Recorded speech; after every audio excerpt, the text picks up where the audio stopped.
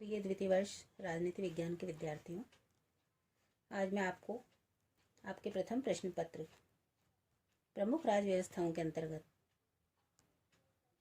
अमेरिकी संविधान में संघीय कार्यपालिका में राष्ट्रपति के चुनाव की पद्धति और प्रक्रिया में सुधार हेतु प्रमुख सुझावों पर चर्चा करने जा रही हूँ। राष्ट्रपति चुनाव की त्रुटियों को देखते हुए इसमें मूल सुधार के प्रस्ताव किए जाते रहे हैं।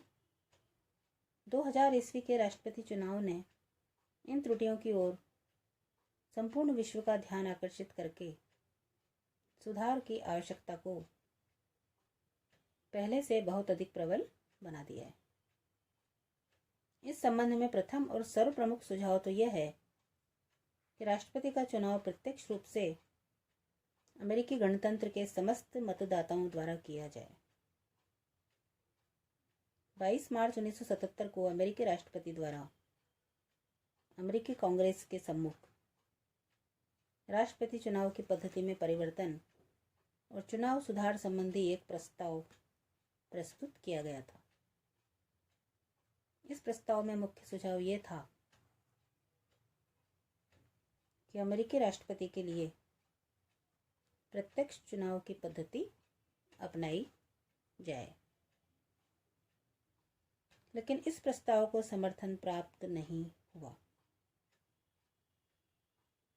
समय समय पर अन्य और विविध पक्षों के द्वारा भी इसी आशय का प्रस्ताव किया गया है।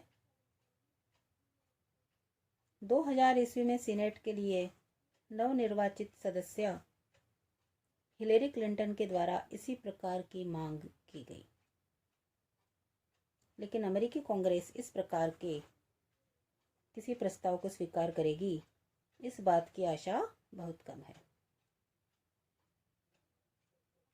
दूसरा प्रमुख सुझाव यह है कि प्रत्येक राज्य में राष्ट्रपति पद के प्रथम 3 उम्मीदवारों में उनके द्वारा प्राप्त किए गए लोकप्रिय मतों के अनुपात में उस राज्य के निर्वाचकों के मतों का विभाजन होना चाहिए।